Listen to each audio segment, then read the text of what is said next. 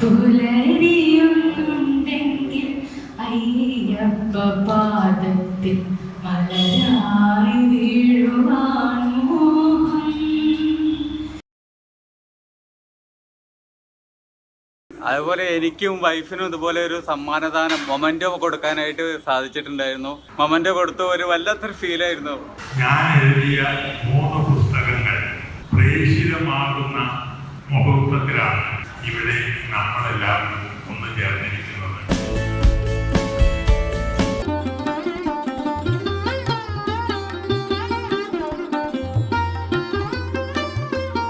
അങ്ങനെ ഞങ്ങളിത് അവിടെ എത്തിയിരിക്കുകയാണ്.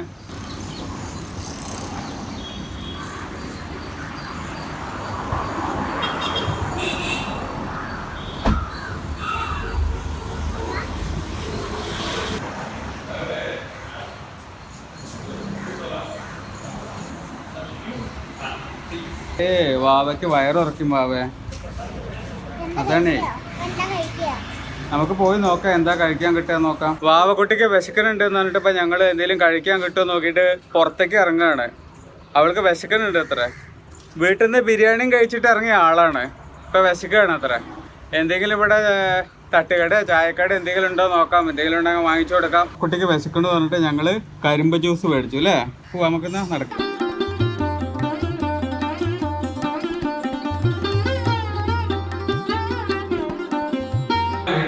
മൊത്തം 9 പുസ്തകങ്ങൾ അദ്ദേഹം രചിച്ചിട്ടുണ്ട്. അതിൽ കവിതയുണ്ട്, കഥയുണ്ട്, ഓട്ടംതുള്ളലുണ്ട്, അതേപോലെ കഥയുണ്ട്, ലേഖനങ്ങളുണ്ട്. എല്ലാം അദ്ദേഹം രചിച്ചതാണ്. അദ്ദേഹത്തിന് സാദരം ഈ യോഗത്തിലേക്ക് സ്വാഗതം ചെയ്യുന്നു. മോളെ പോലെയാണ് എല്ലാവരും കാണുന്നത്. എന്ന് വെച്ചാൽ ഐഡിയാശാസ്ത്രങ്ങളിലൂടെ എല്ലാവരുടെ മനസ്സിലും കൊടിയേറി പാർത്ത ഒരു കുട്ടി.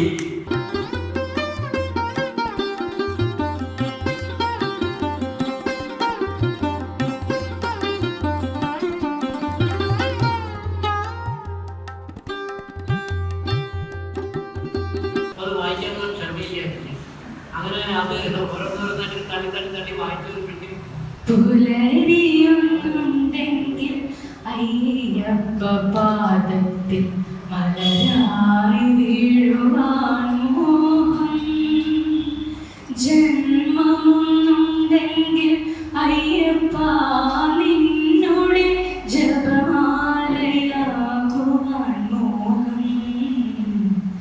പൂജ മലരായി മാറുവാൻ മോഹം.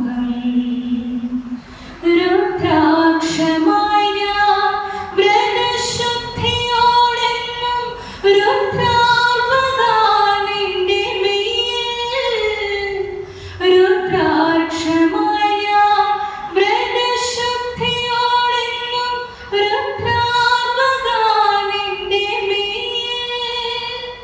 ഒരു മായമായി നിന്റെ തിരുനാമമൊരു വിട്ടിട്ടൊരു യുഗം വാഴുവാൻ മോഹം.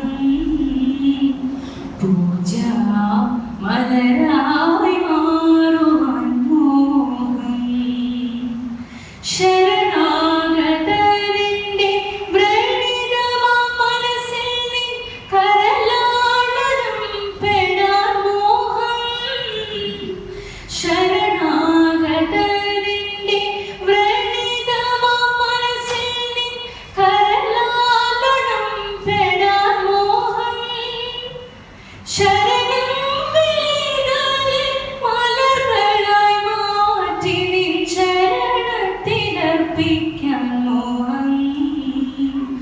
പൂജ മലരായി മാറുവാൻ മോഹം.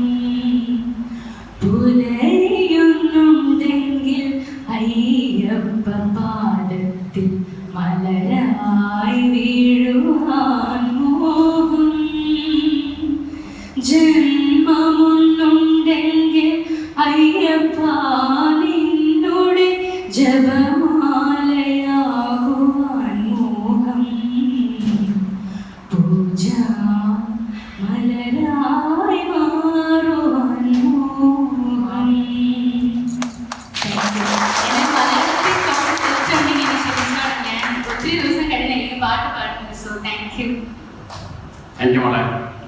അടുത്തത് പുസ്തക പ്രകാശനമാണ്. നൽകി പ്രകാശനം ചെയ്യുന്നു.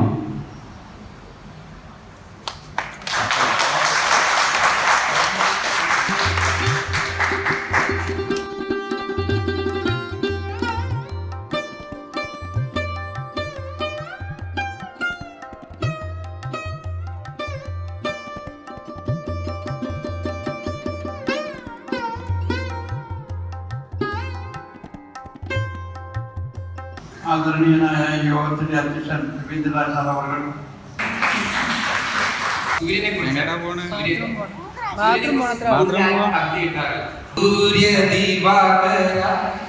ഭുവനത്രയത്തിലെ നായക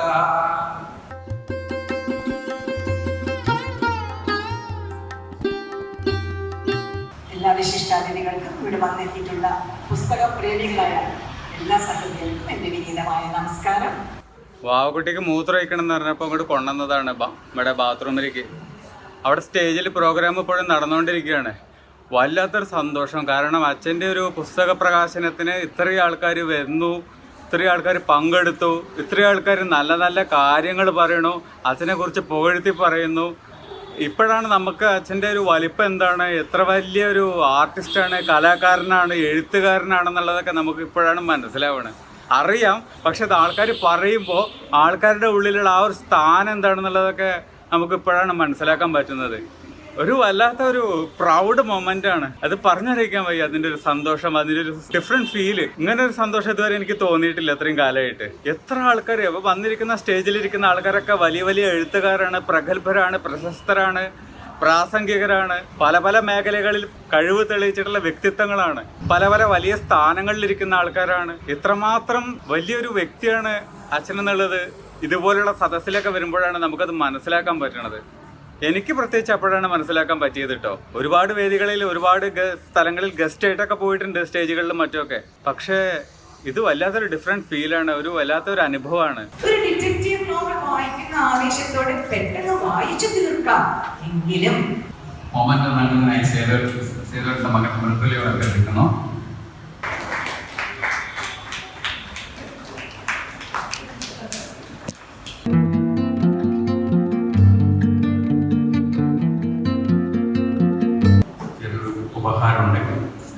ഉപഹാരം നൽകുന്നതിനായി ഉണ്ണികൃഷ്ണൻ അവരുടെ വേദിയിലേക്ക് ക്ഷണിക്കുന്നു.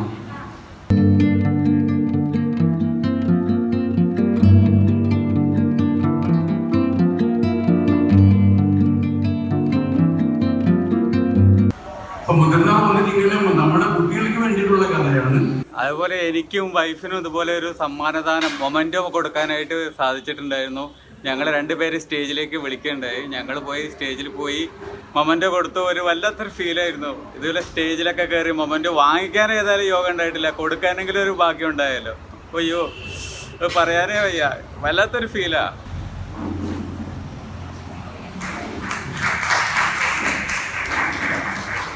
എല്ലാവർക്കും നമസ്കാരം. നല്ലതാ സേതു. ഞങ്ങൾ കല്യാണം കഴിഞ്ഞതോടെ 29 ഇയേഴ്സായി. ഞാനൊരു 8 വാക്ക് പറയാൻ വേണ്ടി നിന്നാണ്. സ്റ്റേജിൽ ഇതുവരെ സംസാരിച്ച ശീലമല്ല, ക്ഷമിക്കുക. ഞങ്ങൾക്ക് കല്യാണം കഴിഞ്ഞ് 1987 ജൂണിലാണ്.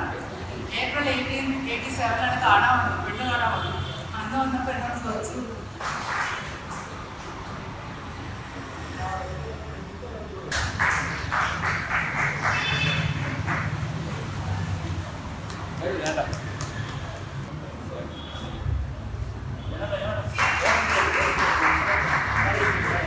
പ്രിയമുള്ളവരെ, സദസ്സ് വളരെ വളരെ മെലിഞ്ഞു പോയ ഒരവസ്ഥയിലാണ് ഞാനിവിടെ നിങ്ങളെ സംബോധന ചെയ്യാനും എൻ്റെ നന്ദി അറിയിക്കാനും വേണ്ടി എത്തിയിരിക്കുന്നത്. വിശുദ്ധങ്ങളായ ഇടങ്ങളാണ് പുസ്തകങ്ങൾ എന്ന് പറയാറുണ്ട്.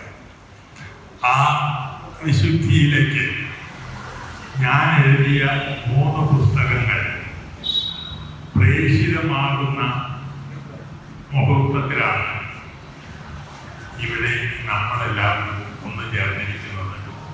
ഈ അവസരത്തിൽ ഇവിടെ എത്തിച്ചേർന്ന എൻ്റെ ഗുരു തുല്യർക്ക്, സഹോദരി സഹോദരന്മാർക്ക്, വാർഷികർക്ക്, ഇളം തലമുറയിലെ വൈഡൂര്യ പുഷ്പങ്ങൾ മക്കൾക്ക് എല്ലാവർക്കും നമസ്കാരം.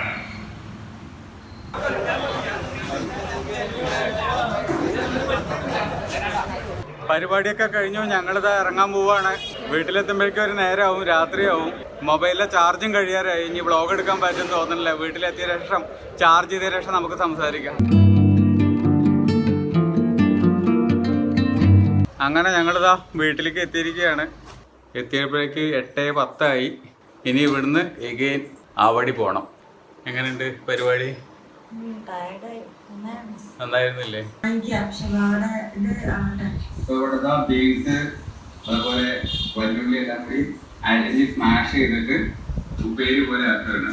അതിനുശേഷം ഈ സാധനം മാഗിലേക്ക് ആഡ് ചെയ്തിട്ടുണ്ടെങ്കിൽ അത്യാവശ്യം ഫൈബർ ഉണ്ടാവും. വലിയ ടി വിയിൽ നമ്മളിതാ നമ്മുടെ വ്ളോഗ് കണ്ടുകൊണ്ടിരിക്കുകയാണ്. Welcome to my new vlog. ഇന്നത്തെ അവസ്ഥ എന്ന് പറയുന്നത് വളരെ പരിതാപകരമാണ്. കുക്കറിൽ മട്ട വെക്കണോ ലാസ് സൂഷ്യലാണോ അങ്ങനെ വെക്കണോ?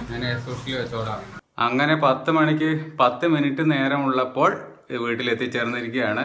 വൈഫും കുട്ടിയും വന്നിട്ടില്ല. അവരവിടെ തന്നെയാണ്, വൈഫിൻ്റെ വീട്ടിൽ തന്നെയാണ്. കാരണം രാത്രിയായി. പാവക്കുട്ടിക്ക് മുത്തച്ഛൻ്റെ അടുത്ത് നിൽക്കണം എന്ന് പറഞ്ഞിട്ട് ചെറിയതായിട്ട് വാശി, അപ്പിടാൻ മുട്ടണമെന്ന് പറയണു. പിന്നെ നമുക്ക് ഈ നേരത്തെ വായോ എന്ന് പറഞ്ഞിട്ട് പിടിച്ച് വലിച്ച് കൊണ്ടുവരാനൊന്നും പറ്റില്ലല്ലോ, കുട്ടികളല്ലേ.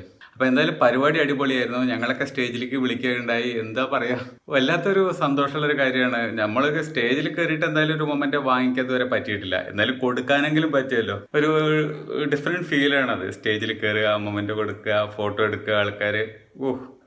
എനിവേ നല്ല രസമായിരുന്നു പരിപാടി. അപ്പോൾ ആ ഒരു സന്തോഷ വാർത്തയോട് കൂടി നമ്മുടെ വ്ളോഗ് അവിടെ എൻഡ് ചെയ്യാൻ പോവാണ്. ഇന്നത്തെ വ്ളോഗ് എല്ലാവർക്കും ഇഷ്ടമായിട്ടുണ്ടാവും എന്ന് വിചാരിക്കുന്നു. ഇഷ്ടമായിട്ടുണ്ടെങ്കിൽ ലൈക്ക് ചെയ്യുക, കമൻറ്റ് ചെയ്യുക, സബ്സ്ക്രൈബ് ചെയ്യുക. മറ്റൊരു വ്ളോഗിൽ നമുക്ക് വീണ്ടും കാണാം. ബൈ.